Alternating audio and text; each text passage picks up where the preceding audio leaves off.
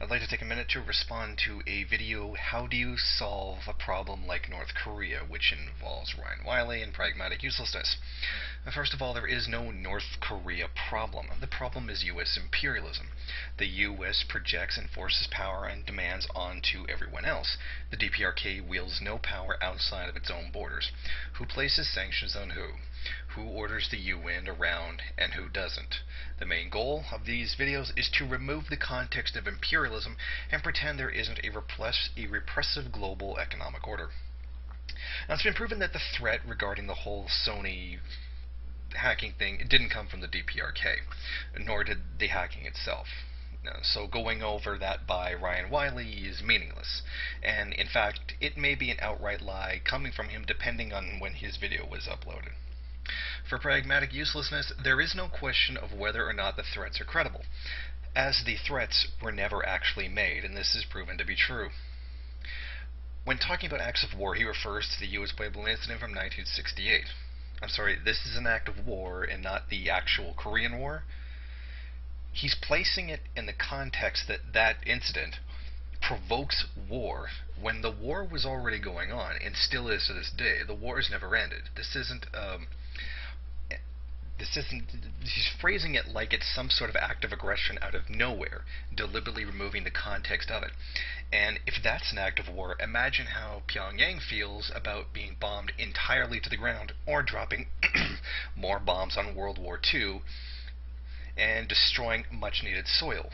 This is really pretty dishonest. After that, he goes into the destruction of the South Korean ship a few years ago. Again, the war isn't over, and if that counts, what do you call sanctions blocking food and energy supplies?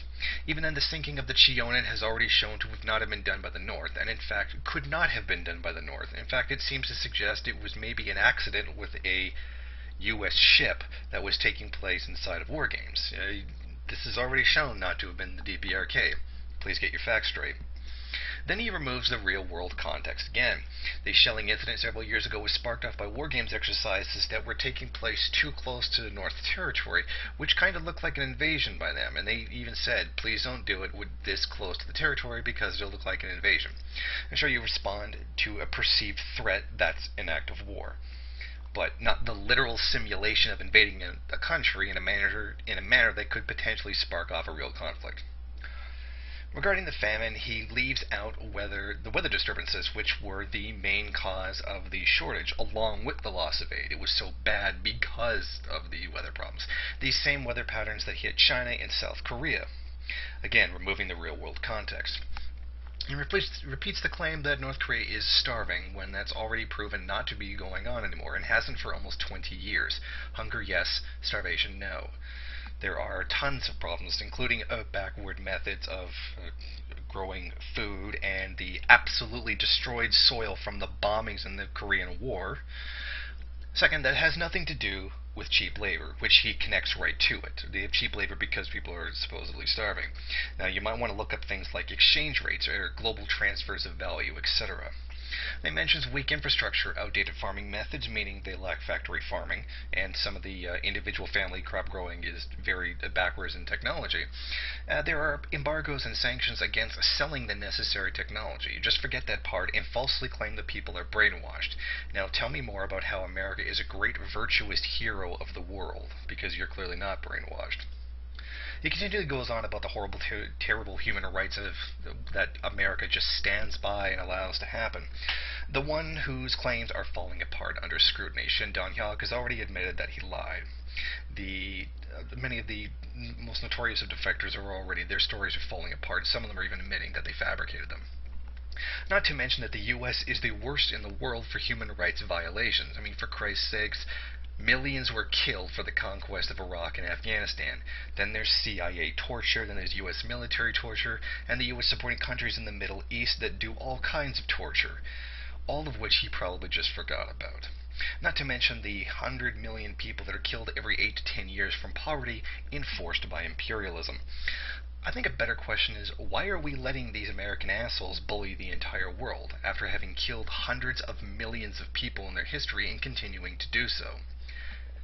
Because they're holding the world's largest nuclear arsenal, and they're aiming it in everyone's head as a threat. But this guy seems to think the most powerful, destructive country in existence is the victim, and North Korea is the bad guy. The whole video was basically him laying blame for everything on the DPRK while ignoring that the US has committed the most horrible acts in history and is actually provable, and continues to wield a considerable amount of power over them.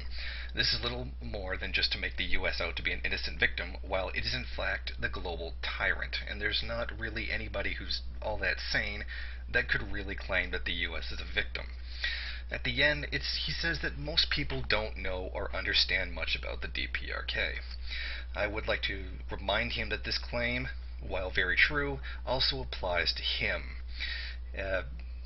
And I would like to emphasize the fact that your ideology and the DPRK's ideology are irreconcilable ideological enemies, but you should probably forget that context too.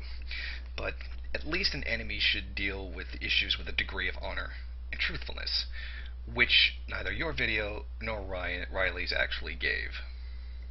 If you like this video and you'd like to see more of them, then head over to my Patreon page and show your support.